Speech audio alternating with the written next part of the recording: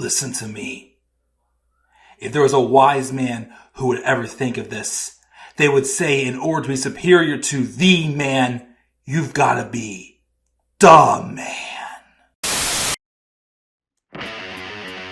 For I am the man himself.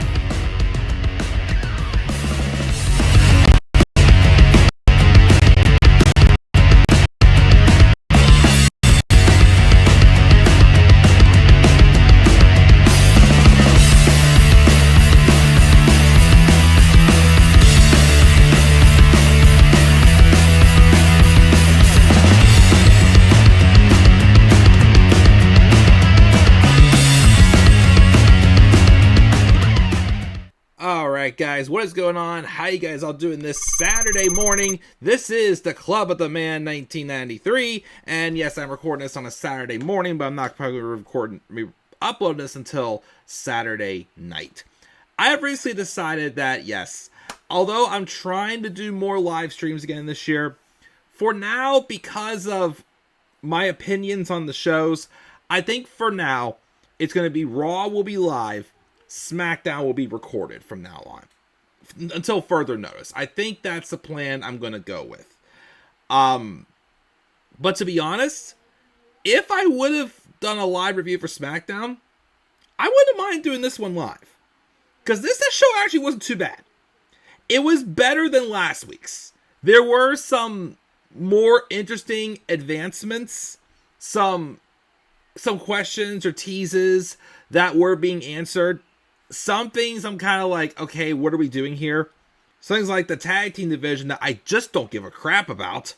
Especially since now, the next tag title match is going to be DIY, who I like, versus Pretty Deadly. We had Soul Sikoa come back and kind of get an idea of where we're going with him. But after the episode, I'm still not sure. We also got a tease of, we got some footage of what happened during the Jade Cargill attack.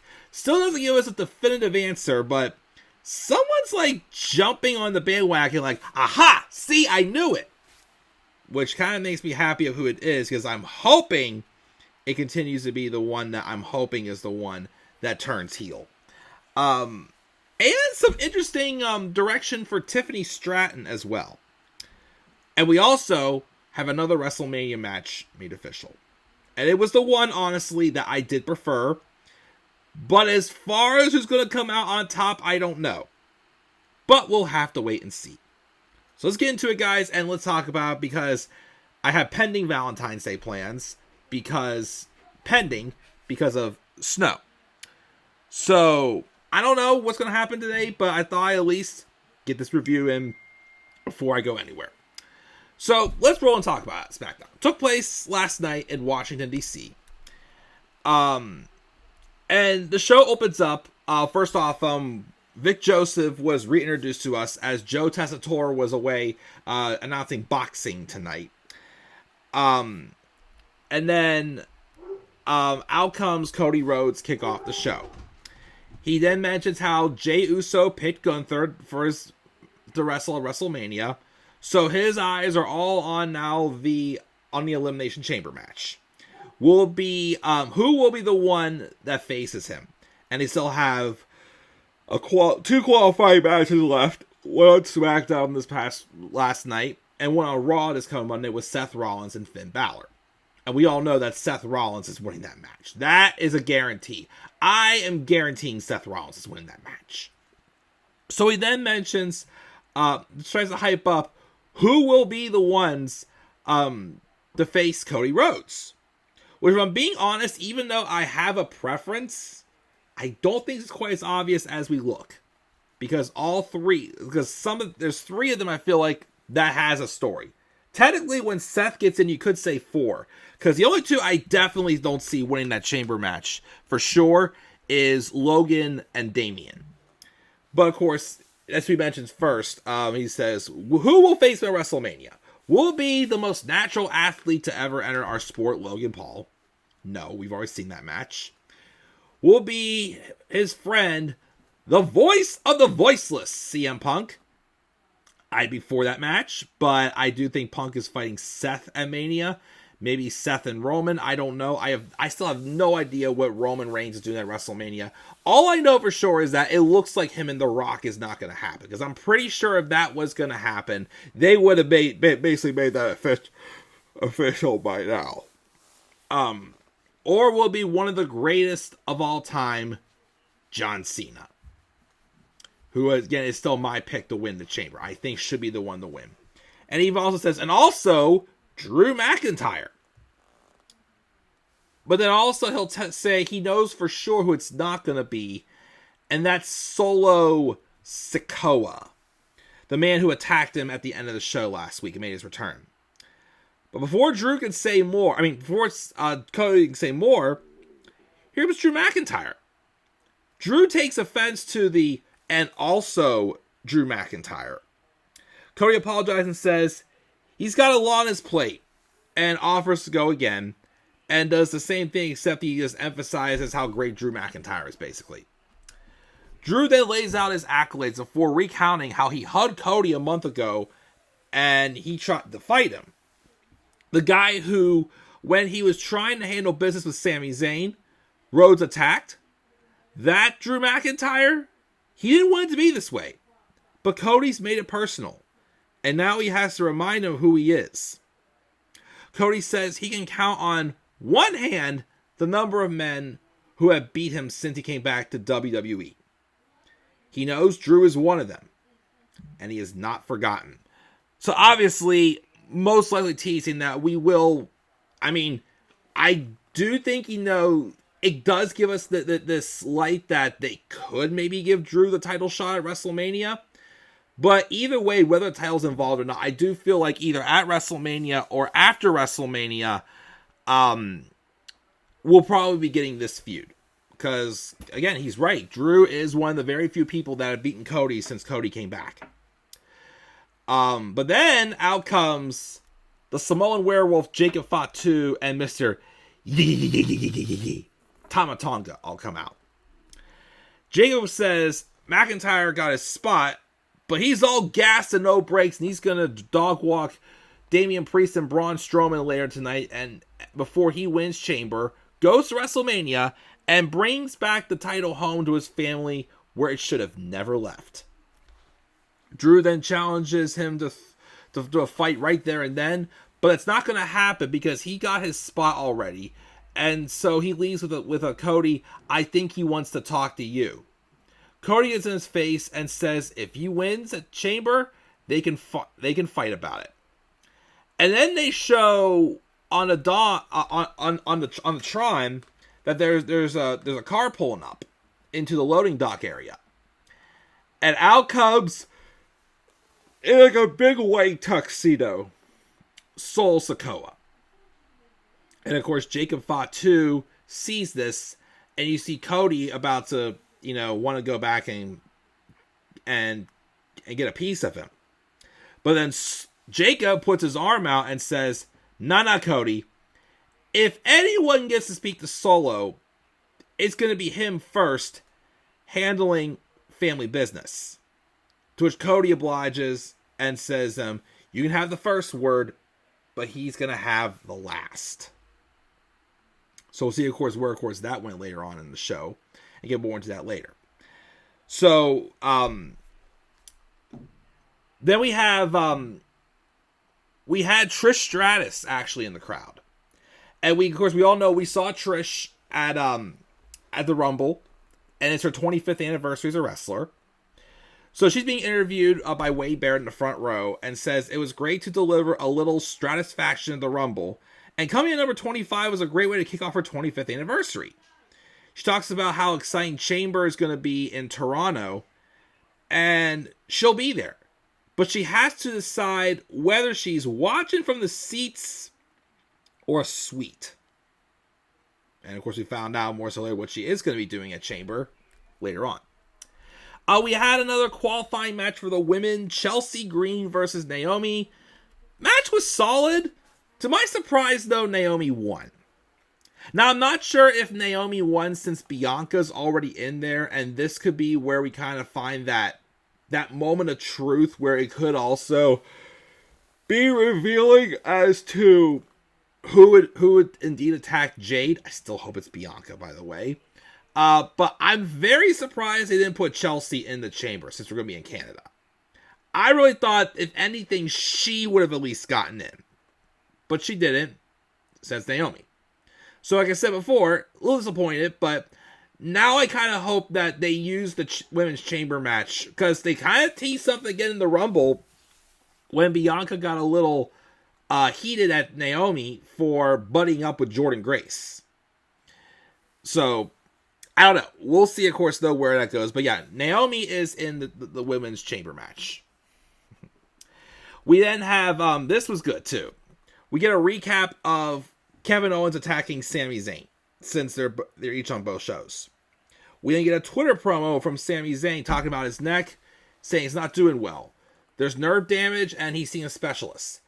But the last couple weeks have been pretty tough coming to terms of what happened with him and Kevin. It's become a joke about how many times they've turned on each other, but he claims this one is different. Because they both know exactly what he was trying to do with the package pile driver.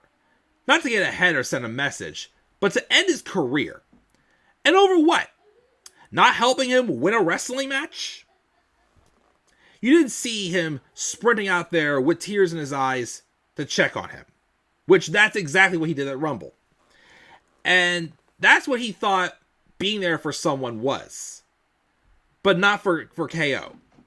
For Kevin Owens, he said, to him, it's, well, being there for me is pushing Cody Rhodes off a ladder to help me cheat to win a wrestling match. He doesn't know when he'll be cleared, but when he is, him and Kevin are going to go at it again. And it's not going to be fun. We did, though, find out later when that'll be. Talk about that when we get to when Kevin Owens responded later on. We also, before next match, we did get a little video of the announcement of our second inductee into the WWE Hall of Fame Class 2025, with Triple H being the headliner. We have the female entrant, and that indeed is Mrs. Undertaker, Michelle McCool. She will be inducted into the Hall of Fame this year as the female participant. Congratulations, definitely, Michelle. Well deserved for sure. Motor City Machine Guns took on Los Garza. Match is decent.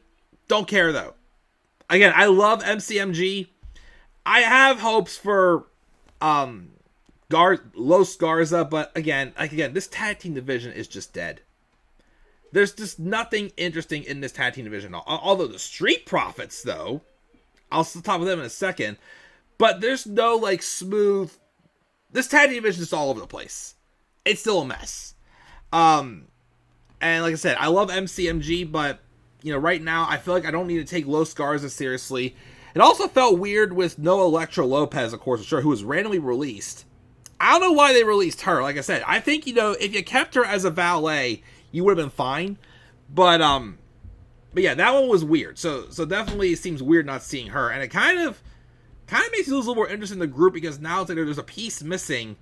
And it feels like they're just going more and more down the card. But MCMG win. I'm still pretty sure we're going to be getting a triple threat at WrestleMania with MCMG, DIY, and the Street Profits. It's really the only way to go, in my opinion. We got a Damian Priest hype reel. Then we got Sol Sikoa and Jacob Fatu finally, talking out what's going on. Sol says he needed time off. Since he lost his Ulafala to Roman, he hasn't been himself. He let himself down, and he let the whole family down, and that's hard to deal with. But he wants to take back over together. And it's going to start with Jacob Fatu winning at Chamber. And then at Mania, and taking the title back for the family. More so the fact that, it's his turn now to do what he couldn't do. Jacob wipes his nose and he goes to walk away. But Sol grabs him and tells him, Jacob, I love you. Just how like Jacob used to always go, "I love you, Solo."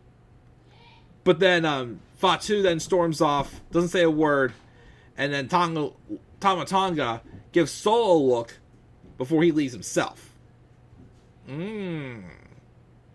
So to me, when I saw this promo, it more so looked like Solo's like, okay, I failed, but it's your turn now. Which good, but also same time, why did he even attack Cody after the match last week? Why?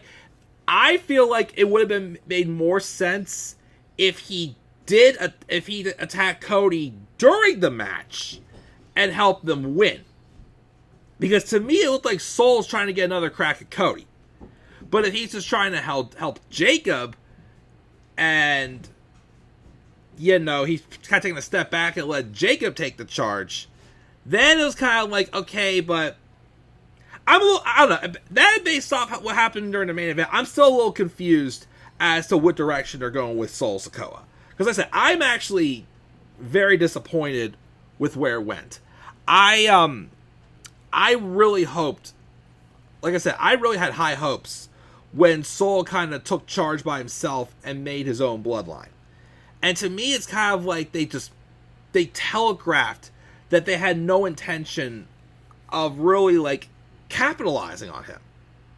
So it's like I kind of need something fresh and concrete when it comes to Soul Sikoa for me to be able to take him seriously again, if I'm being honest.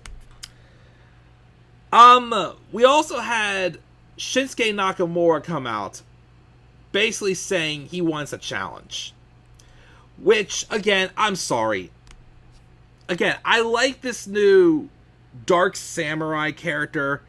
But again, it's like every time they give Shinsuke a mid-card title, he's never on TV. Yes, now he's looking for a challenger. But again, it's the same thing, though. But then LA Knight comes out, who already feuded with Shinsuke. Although I think he wants another crack. He comes out, says his piece that Nakamura is playing two truths and a lie. He's been high in the shadows, that's true, but he doubted he's been looking for a worthy contender. He goes talk more trash, and then out came The Miz. Him and LA Knight kind of had a promo war, as, you know, The Miz wants to, go after the United States Championship also, blah, blah, blah.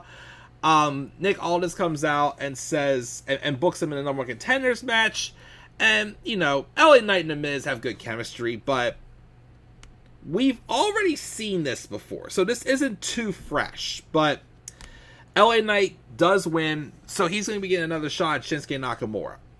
I don't know if it'll be at WrestleMania or if it'll be before. Probably before, because I'm still wondering, since Jay's getting a world title shot, and they kind of teased something with Shinsuke and Jimmy, where they gave Jimmy a U.S. title shot at WrestleMania against Shinsuke.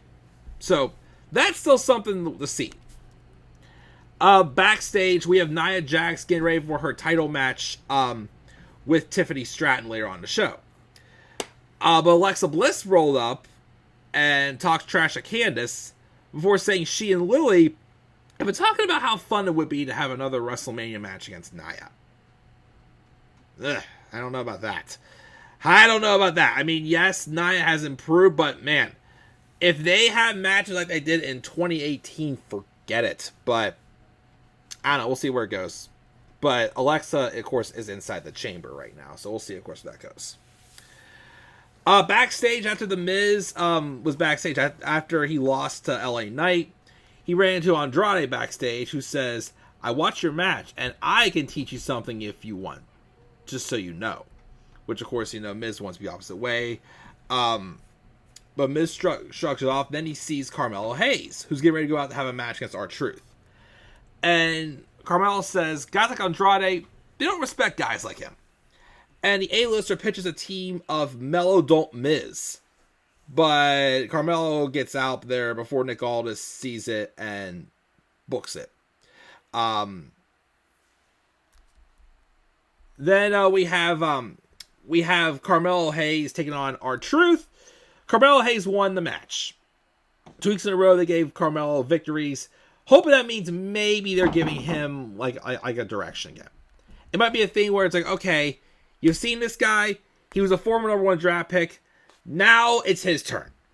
So I'm kind of hoping to get there with Melo, because he definitely is going to be a big star. He just hasn't really had, besides his best of 7 series, he hasn't really had much going for him since coming up to the main roster. But we'll see. Street Profits cut another dark promo about how they're mad now, and when Angelo Dawkins is all the way cleared, they're taking out the entire tag team division. Which, good promo. Definitely a more serious, different side for the Street Profits. I'll take it. Again, though, there's too many heels in this tag team division. Especially on SmackDown, too. And they're trying to make pretty deadly baby faces, it looks like, which, no thanks, not given behind it all. See which they're being interviewed, basically hype up for their match next week against DIY and whatnot, blah, blah, blah. I don't care. I like DIY. I don't like Pretty Deadly. I don't like what they did with DIY last week. I don't care. I don't give a crap about Pretty Deadly. Something I did care about, though. Kevin Owens cut an emotional counter promo responding to Sami Zayn, saying, Sami, I had my heart broken by 3 guys who thought were my brothers, which is referring to Cody, Randy, and Sami. Sami doesn't know what real pain is like. He thinks neck pain is the worst ever. But he'll show him. He says he wants to go again. Then let's do it. And he can't think of a better place, which I'm thinking, oh, WrestleMania. But he says he can't think of a better place than where it all started. Canada. So whether you're cleared or not, Sami, I'll see you in Toronto. Which I thought about was like, okay, I can understand that. I would have preferred it being at WrestleMania. But yes, we're going to be in Toronto. Both men are from Canada. That's going to be a hot sleeper match too. Could be match of the night, of course. Which I'm pretty positive it is. But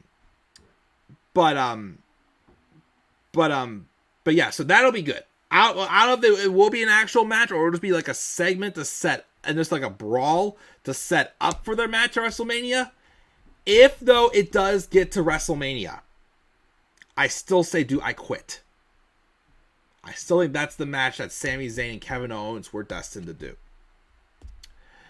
Charlotte Flair was chilling backstage as she's getting ready to watch this match with Nia Jax and Tiffany Stratton for the Women's Championship.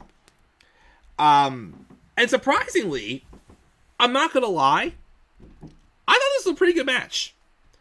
I thought it was definitely one of Tiffany's better matches, since I would say the last match that Tiffany had that really stood out to me that I liked was her match she had with Bianca in the Queen of the Ring tournament last year. Because not saying she's had bad matches, but she hasn't had many of those matches where it's like it feels like she is bigger than she seems as far as star power. And like I said, I thought her and Nia actually worked really well together.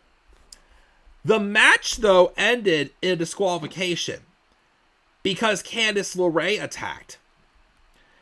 But then, though, out of the blue, here comes Trish Stratus, who is still at ringside, jumped over the rail and tried to make the save until the heels then beat down on both of them. And then out came Charlotte Flair, which she goes in there, and last week when she talked to Tiffany Stratton, she basically said, yeah, I call Rhea Ripley a kid, you're just a child. Well, she was talking to Tiffy like she was a child, and was like, Tiffy, wake up. Blink, you can hear me, because it's still Tiffy time. I choose you. See you at WrestleMania. So it is official. We're getting the match I preferred. Tiffany Stratton is going to fight Charlotte Flair at WrestleMania for the Women's Championship. Let's go. I'm not going to lie. I do kind of hope Tiffy wins that. I can definitely see Charlotte winning that at first, though. But even if that's the case, all I ask for is at least make it look like Tiffany is like on that next level. If that's accomplished, I may be able to get past Charlotte winning. But yeah, and it also, based off of the backstage segment afterwards, it looks like we're going to be getting a tag match between Tiffany Stratton and Tiff Stratus. Tiffany Stratton and Trish Stratus against Nia and Candice at Elimination Chamber. Okay. I mean, I guess the only thing I have, though, is like was all this, because I'm probably going to do a turn alert on Trish Stratus. She's obviously a babyface again, because the last time we saw her, she was a heel when she feuded with Becky 2 years ago. But I'm wondering if this is to finally turn Tiffany babyface. Because this was the first time tonight I saw some true signs of Tiffany going babyface. Because they seemingly have been trying to keep her still as a heel, even after she cashed in on Nia. Which, I still think they should keep, they should have turned Tiffany face sooner. It's just a little bit abrupt, though. But, of course, she seemed like, excited about it. Even though the last time these two came face-to-face, they kind of teased a match, which was after Tiffy won at Money in the Bank. But, I don't know, we'll see. And obviously, also, since she is fighting Charlotte Flair at WrestleMania, she's definitely going to be cheered. Charlotte's going to be booed. You saw that reaction Charlotte got in Cleveland. Oh, Charlotte's going to be booed! People are going to want to see Tiffy overcome the Queen. Woo! Just saying. But we had that match. We also have this backstage segment where Nick Aldis brought in Bianca and Naomi, saying he has an update on the Jade Cargill situation. He said there was a video sent anonymously showing Jade getting into the ambulance, and then you see walking by in the loading dock area, you see Liv Morgan and Raquel Rodriguez, which that's like an obvious red herring. We know for sure it's not Liv and Raquel. But then there's Bianca Belair going, aha, see, thank you. I know it was them. I knew it. But all this is like, not so fast. He has to call Adam Pearce and figure things out. But Bianca says, you don't have to call. We're going to Raw and do it ourselves. Bianca seems a little very eager there. Like I said, between that and then what happened at Rumble, I'm more positive it's Bianca. And I want it to be Bianca so bad. So bad. Again, I want it so bad because Bianca's needed that freaking heel turn for 2 years. I'll probably say 2 years, maybe longer. I don't know. But for at least 2 years since she dropped the last time she was... Well, okay, she won the title again at SummerSlam in 2023 before she got cashed in on. But when she had that year-long reign, I have been wanting since then to see them turn Bianca heel. And I love these teases. And I'm just like, do it! Do it! Make Bianca the heel. She needs it. So, that's that. We also had a backstage with Big Jim Uso and Drew McIntyre. Drew says it would have been huge if Jimmy could have fought his brother for the world title at Mania. But oh well. After what happened last year, I don't know if that would have been great. He offers advice and says he used to be angry like Jimmy. And he has advice. His career's in the toilet. But he married up, right? Jim. And then Jimmy snaps and lays him out the super kick. And that sets up for a match next week with Drew and Jimmy. Braun Strowman's in backstage and talking. He says he knows he has his hands full tonight with a wild animal and a former world champion. But people forgot he used to be a world champion too. So tonight he will run through Jacob Fatu and Damian Priest and go to Chamber. And he's coming for Cody Rhodes. Cody Rhodes is going to get these hands. So we have this big triple threat match with Braun Strowman, Damian Priest, and Jacob Fatu. Which I thought the match was very fun. But then, Sol Sikoa came out. And he hits the Samoan spike, I believe it was on... I think it was on Braun he hit it on. Yeah, I think he hit it on Braun. So that basically neutralized him for Jacob. But then Cody Rhodes came out to even the odds. But then, of course, as Cody's fighting, there's some miscommunications. And I think Solo accidentally spiked Tama Tonga when Cody got out of the way. And then, obviously, that pissed off Jacob Fatu off the distraction. I think Damian was the one who knocked Jacob over into the Timekeeper's area. And basically, it was just him and Braun for like a minute or two before Damian slipped away with a South of Heaven on Braun Strowman. And afterwards, Cody Rhodes shakes Priest's hand, and Damian Priest is going to Elimination Chamber. I had a feeling there was going to be that. I remember because someone made a comment in my Chamber card predictions that I picked because I picked Braun, saying it's not going to be Braun. I guess I only picked Braun because they teased like a singles match with Damian and Jacob. And I'm like, that could be different because we just saw it.